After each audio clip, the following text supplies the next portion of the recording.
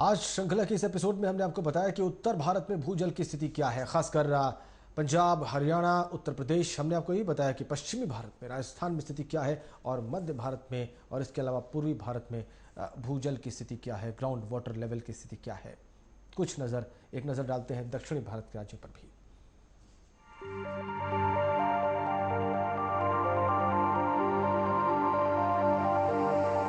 जनवरी 2006 में पिछले साल के जलस्तर के मुकाबले पूरे देश में जलस्तर के मिले जुले रुझान हैं। जलस्तर में गिरावट मुख्यतः आंध्र प्रदेश, कर्नाटक और तमिलनाडु राज्य में देखी गई।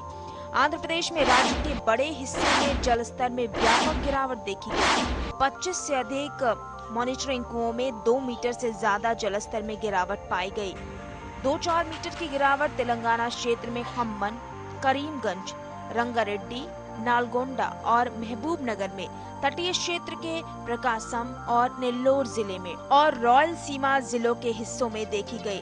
तमिलनाडु में 2-4 MBGL के बीच जलस्तर में गिरावट 10 कुओं में पाई गई और कन्याकुमारी, नागपट्टनम, नीलगिरी और तूतीकोरिन जिलों के अलावा सभी जिलों में गिरावट का रुझान रहा।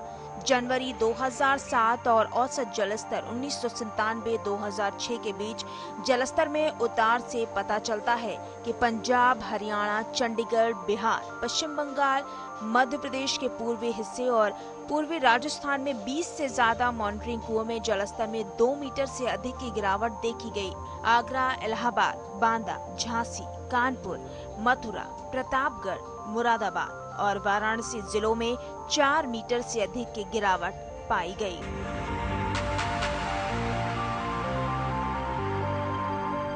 सुदर्शन न्यूज के लिए आलोक झा, दिल्ली।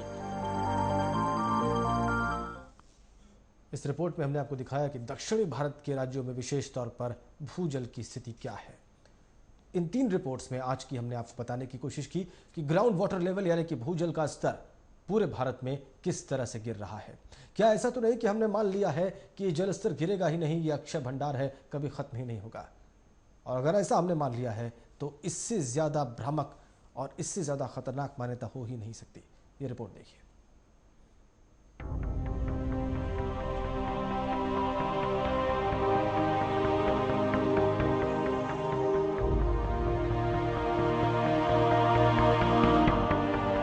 भूमिगत जल स्रोतों को कभी अक्षय भंडार माना जाता था, लेकिन ये संचित भंडार अब सूखने लगे हैं। पिछले 50-60 बरस में डीजल और बिजली के शक्तिशाली पंपों के सहारे खेती, उद्योग और शहरी जरूरतों के लिए इतना पानी खींचा जाने लगा है कि भूजल के प्राकृतिक संचय और यांत्रिक दोहन के बीच का संतुलन बिगड़ गया और जलस्तर नीचे गिरने लगा।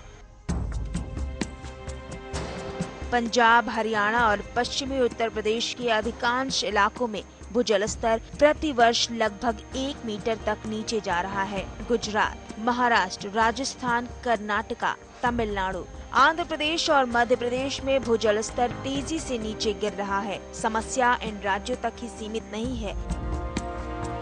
National environment engineering research institute के अध्ययन में पाया गया है कि भूमिगत जल के अत्यधिक दोहन के कारण पूरे देश में जलस्तर नीचे जा रहा है। बिहार और पूर्वी उत्तर प्रदेश के बाढ़ ग्रस्त इलाकों में भी बाढ़ का पानी हट जाने के बाद गर्मी के दिनों में भूजल स्तर काफी नीचे चला जाता है।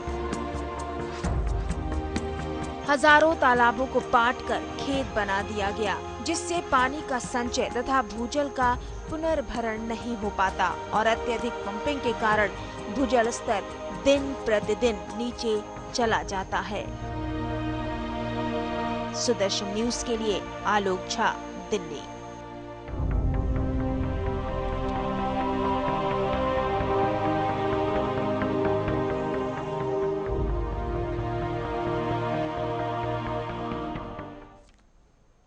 ऐसे गंभीर हालात में जब भूजल का स्तर दिन प्रतिदिन नीचे जा रहा है, क्या हम और हमारी सरकार इस बात की जिम्मेदारी उठाने को तैयार हैं कि आगे आने वाले वक्त में हम ऐसा कोई काम नहीं करेंगे जिससे कि भूजल का संकट और गहरा जाए?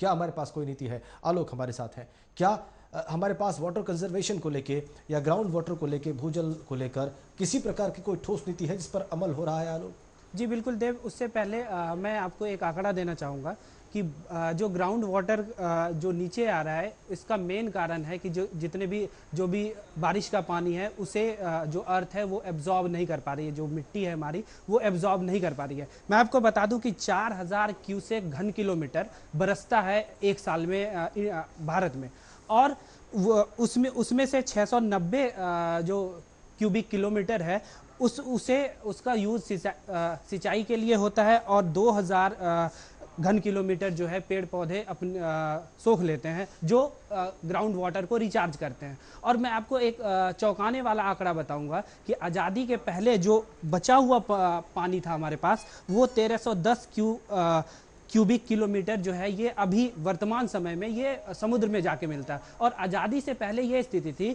कि 610 जो घन किलोमीटर है यही पानी जाके समुद्र में मिलती थी।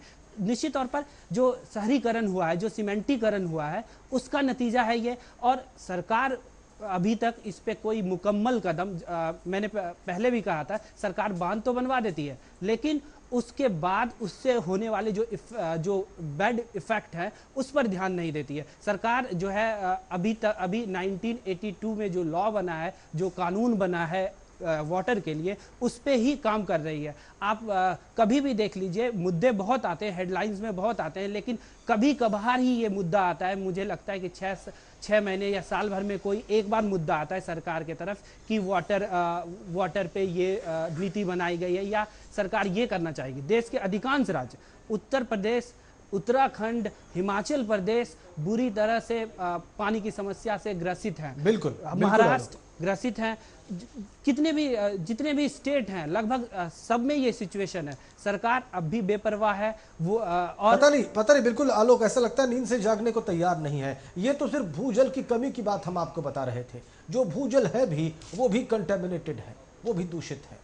शायद अगर वो हमने उस पर ध्यान नहीं दिया तो आने वाले दिनों में ये प्रदूषण, भूजल का ये कंटेमिनेशन, ये संक्रमण और ज़्यादा बढ़ जाएगा, और जो पानी उपलब्ध है वो भी हमारे इस्तेमाल के लायक नहीं रहेगा। बहुत धन्यवाद आलोक का इस रिपोर्ट के लिए जो आपने तैयार की। कल हम फिर हाजिर होंगे और कल हम आपको बताएंगे कि भूजल का कंटेमिनेशन यानी कि उसका संक्रमण, उसका दूषित होना किस कदर हमारी ज़िंदगी के लिए खतरनाक बनता जा रहा है। लेकिन आज के लिए फिलहाल इतना ही।